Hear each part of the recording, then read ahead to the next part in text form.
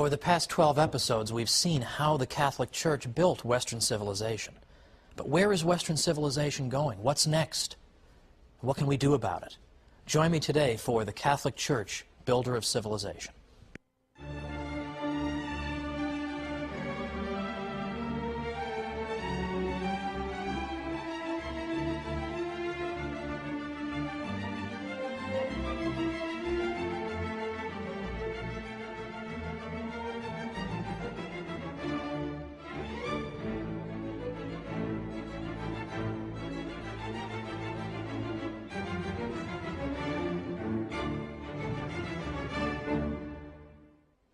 Welcome to the Catholic Church, Builder of Civilization.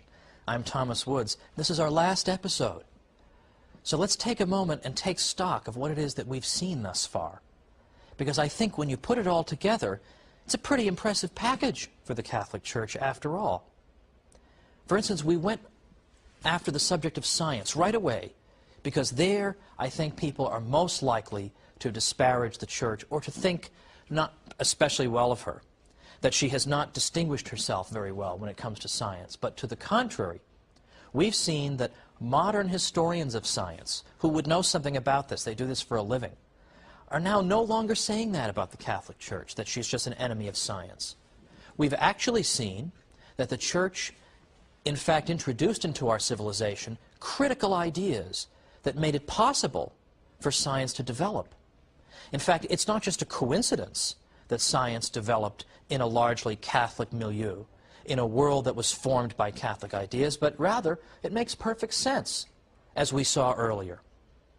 Beyond that, we looked at great priest scientists whose names have been forgotten, but who achieved great things in the sciences.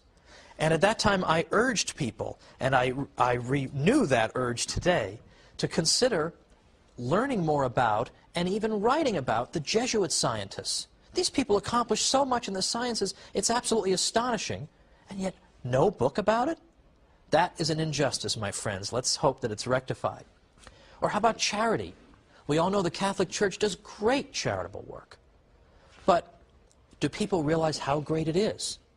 Do people realize that there was nothing like Catholic charity in the ancient world in terms of the amount of charity that was done or the spirit in which that charity took place? Nothing like it.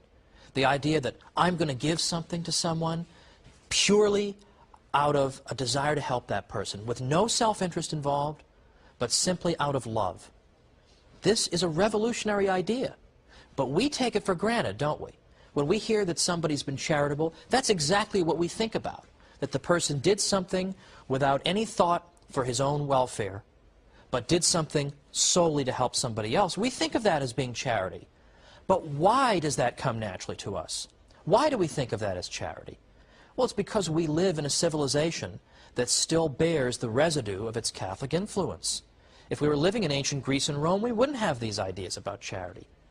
So people go through life thinking this way about charity, never even knowing that it's their Catholic inheritance that has given them those ideas.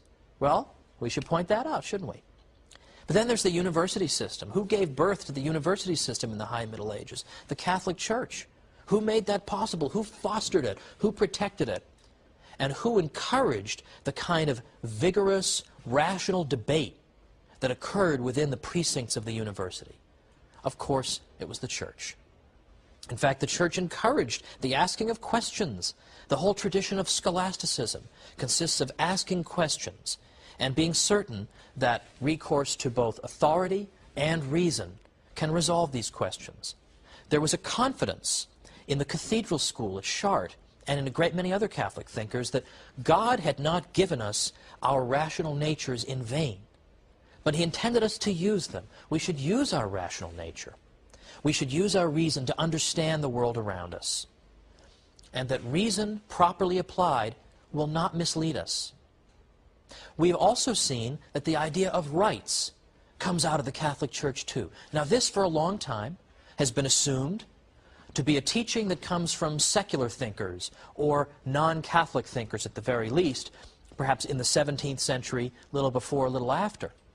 But we've seen that in fact the idea of rights, natural rights, rights that inhere in us as human beings naturally, rights that mean that you can't invade my person, you can't kill me, you can't steal from me. These things that inhere in us as human beings, these ideas developed out of the Catholic Church and her own canon lawyers. And here I rely on an important book by Brian Tierney, who's one of the great experts on the idea of rights. He has a great book called The Idea of Natural Rights. And it's there where you see the most systematic refutation of the idea that rights just came out of nowhere in the 17th century. He shows that they came out of the heart of the Church. Now, we've also seen that international law comes out of the Catholic Church, too. International law, which is closely related to the idea of rights, comes out of the Catholic Church. Because international law says that some countries don't have more rights than others, but that each state has an equal dignity, regardless of whether the ruler of that state is Catholic or non-Catholic. If his only crime, so to speak, is being non-Catholic, you can't just depose him for that, because his state has dignity and the right of self-government just the way as any Catholic state would have, or state populated by Catholics. So international law, the idea there's an absolute moral standard that governs the interaction of states. Where does this come from? It comes from the Catholic Church with Francisco de Vitoria and Francisco Suarez and de Soto and all these other thinkers. Even law itself, law domestically, is indebted to the Catholic Church because the canon law was the first modern legal system in Europe. Because for the first time, church law was brought together systematically and presented in a coherent whole, where all contradictions that might have existed have been reconciled. That's what modern states in Western Europe did when they were developing their own legal systems. They used the model of canon law as to how you go about doing that. Now, in our first episode, I made brief mention of the study of economics. Now, economics really is an interesting science, so I don't want to hear any objections to economics. But economics is often thought to have emerged in the 18th century. In the 18th century, sort of deistic thinkers, or thinkers who certainly weren't Catholic, just suddenly came up with the idea of economics, just kind of poured out of their heads. But in fact, that's not what historians today are saying. For the past half-century, historians who write about the history of economic thinking are now saying that it's not Adam Smith in the 1770s who just gave birth to economics, just came all out of his gigantic head. But instead, they're now pointing to a people called the late scholastics, who were Spanish thinkers. Well, they weren't all Spanish, but the best ones were Spanish. So all you Spaniards out there, congratulations. As the source of modern economic thought, the late scholastics are really the source. One of the great 20th century economists, Joseph Schumpeter, said, "It is they who come nearer than does any other group to having been the founders of scientific economics." And there's been much scholarship written about this ever since Schumpeter wrote in the 1950s. Modern historians of science have continued to uncover the critical and important insights into economic thought of these people. For example, Raymond de Roover, Marjorie Grice Hutchinson, and scholars who are still alive like Alejandro Chafuin and Harry Verizar at the University of Detroit. This is an important contribution as well. Now let me give an example of what I mean here. In the 16th century, when precious metals coming from the New World began to reach Europe, people noticed that prices rose.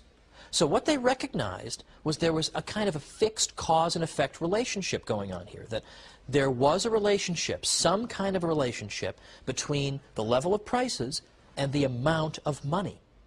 So in effect, this was like an economic law. So they understood scientifically that there were relationships at work in the world of economics. This is an essential breakthrough.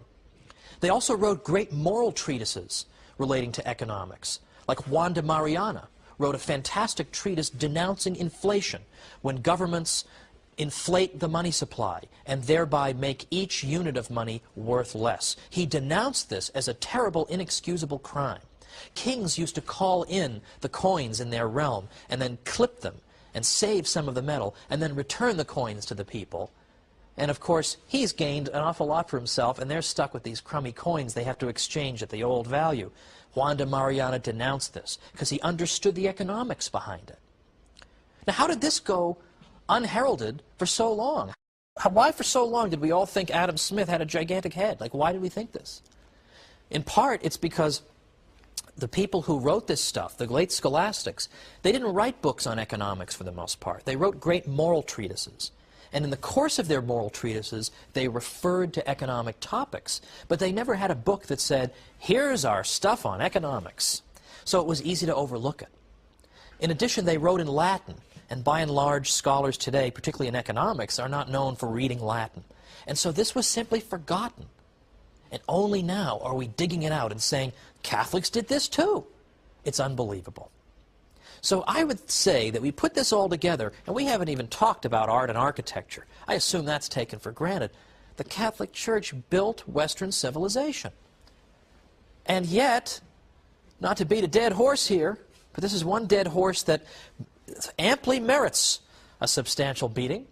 The European Union Constitution refuses to acknowledge the Catholic inheritance. Not a word. Western civilization comes from the ancient world, the Renaissance, the Enlightenment, and that's it. And whatever happened in between, nobody really knows, couldn't possibly have been very important. Seriously, only an imbecile could believe this now, given all the evidence that's out there. But this is what we're told by the European Union. And it can't just be ignorance. It isn't just that they're dummies and they haven't done their reading. It can't be that. Because nobody who would presume to make a statement officially on behalf of the European Union could be that uneducated. It's frankly because of hostility toward the Church. There is a hostility toward the Church. We all know it. And in fact, this colors people's statements and judgments. They don't want to give the Church credit for things. My own theory is that one of the reasons a lot of secular intellectuals despise the Church is that the Church, in effect, reproaches them for their immoral lifestyles. They don't like being told they're not supposed to do this and that, and every time they see the Church, it's a reproach to them. And so therefore they have to wipe it out, they have to destroy it, they have to ignore it. But we refuse to go away, don't we? We refuse to go away. Well, after the break, we're going to talk about the state of Western civilization right now. Look around at the art world a little bit, the state of things, and see what, if anything, we can do about this. And what can we do to take this knowledge and spread it out there to the world? I wrote a book called How the Catholic Church Built Western Civilization, because I hoped it could help to spread this knowledge among the general population. Let's see what else we can try to do to make people aware of what an extraordinary treasure the world has in the Catholic Church. Supernaturally, yes, but even on a natural level, all the glorious things she's done. How do we spread that around? Let's talk about that after the break, and we'll see you in just a minute.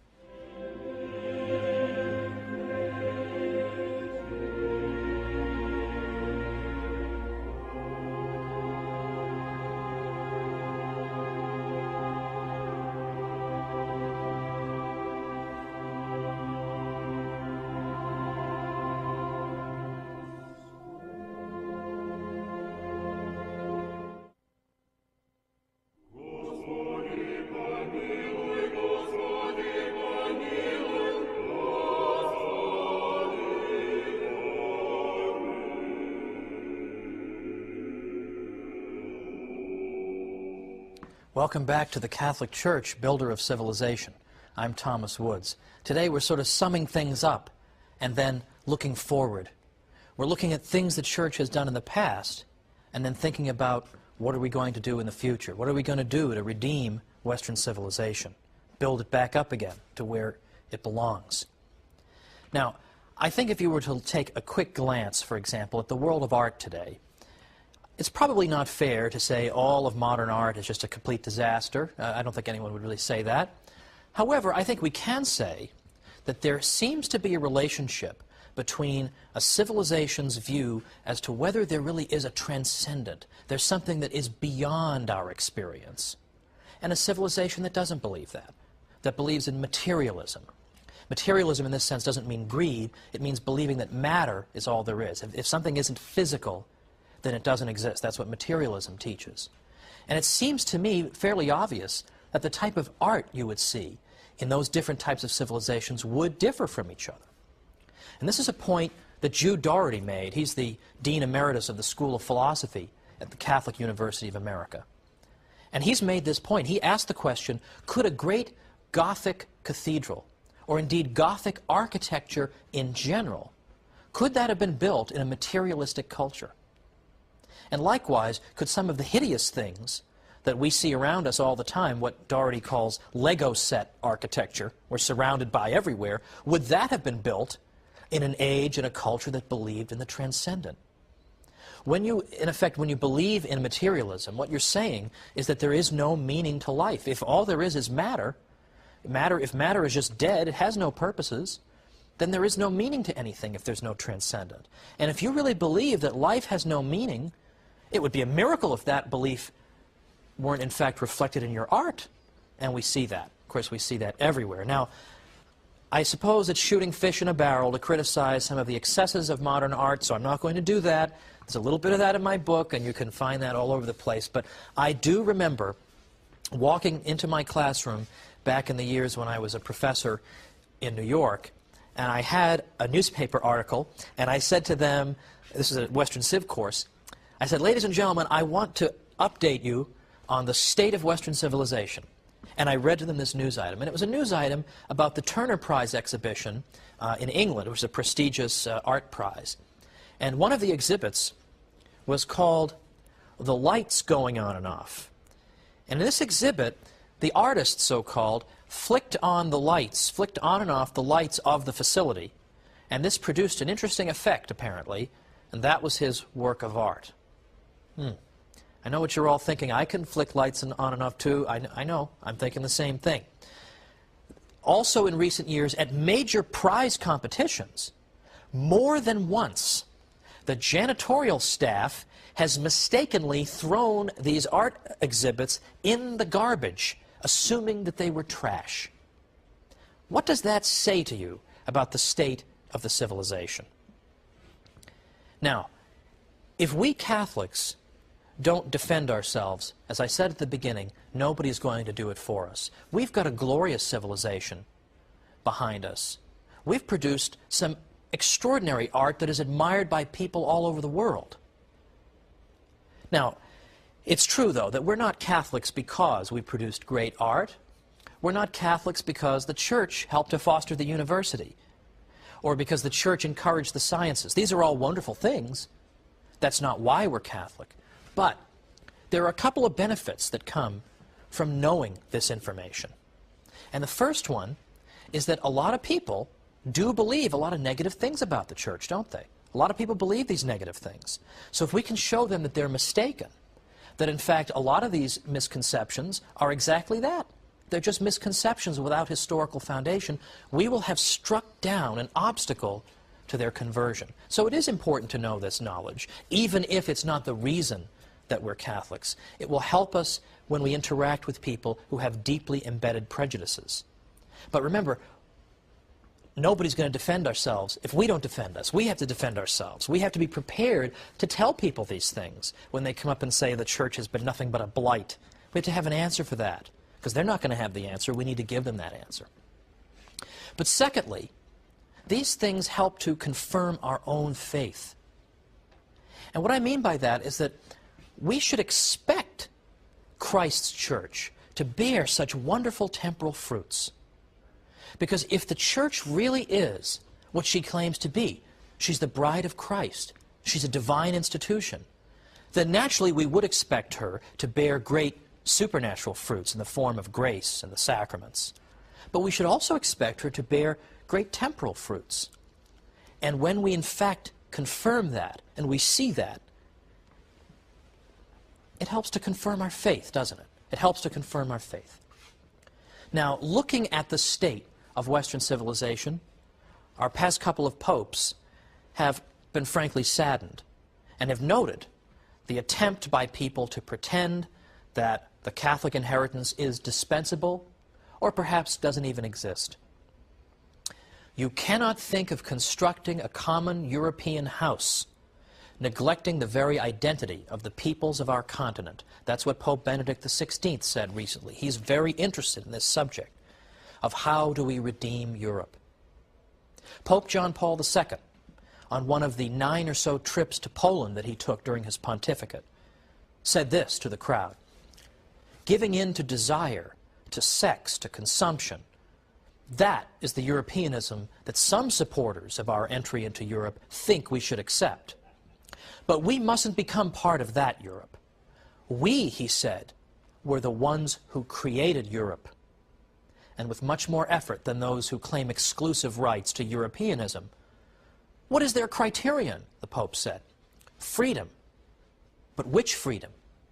The freedom to take the life of an unborn child? Brothers and sisters, he concluded, I protest against this concept of Europe held by the West. And this message must be shouted loudly from this land of martyrs. Europe is waiting for redemption. The world needs a redeemed Europe. Now, I myself am a convert to the Catholic faith. And when I initially converted, I converted in large part because of theological and scriptural reasons and a lot of study. And I knew I had done the right thing. I knew I had acquired the pearl of great price. Well, this project has been, in effect, like a second type of conversion for me. I've renewed all the enthusiasm that I had for the church when I first entered. Because I knew a lot of this stuff about the history before I wrote How the Catholic Church Built Western Civilization, but I learned a lot more as I did it.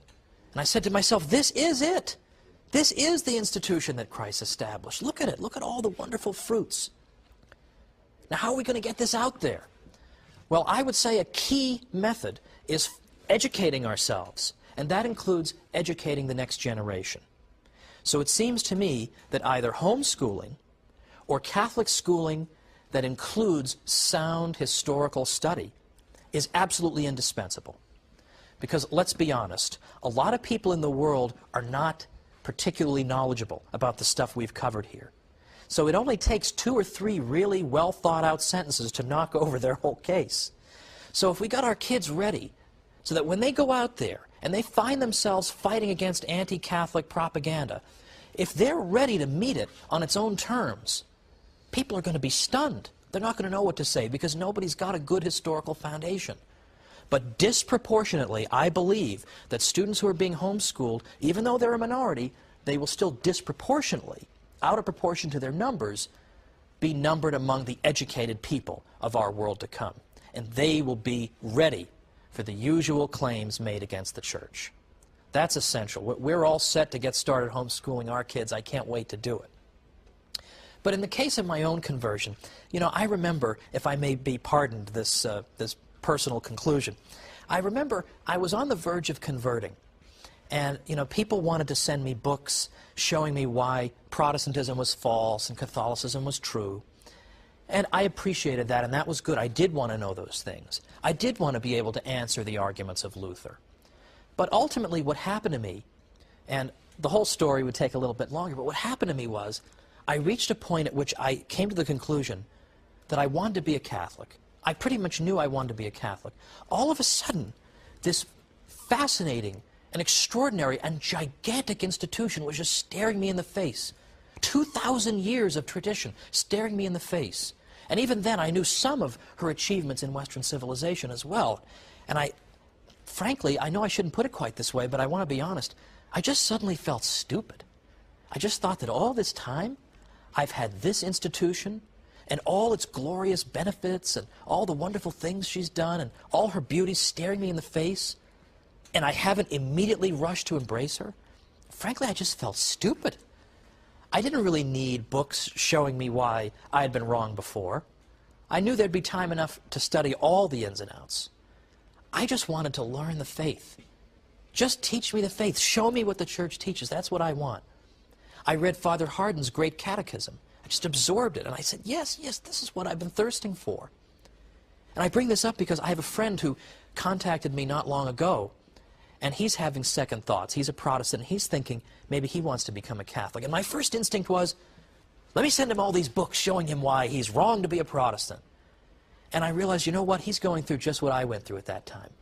He just feels like kind of a doofus, that all this time he's neglected the pearl of great price that's staring him right in the face. This great institution, the most beautiful institution in the world.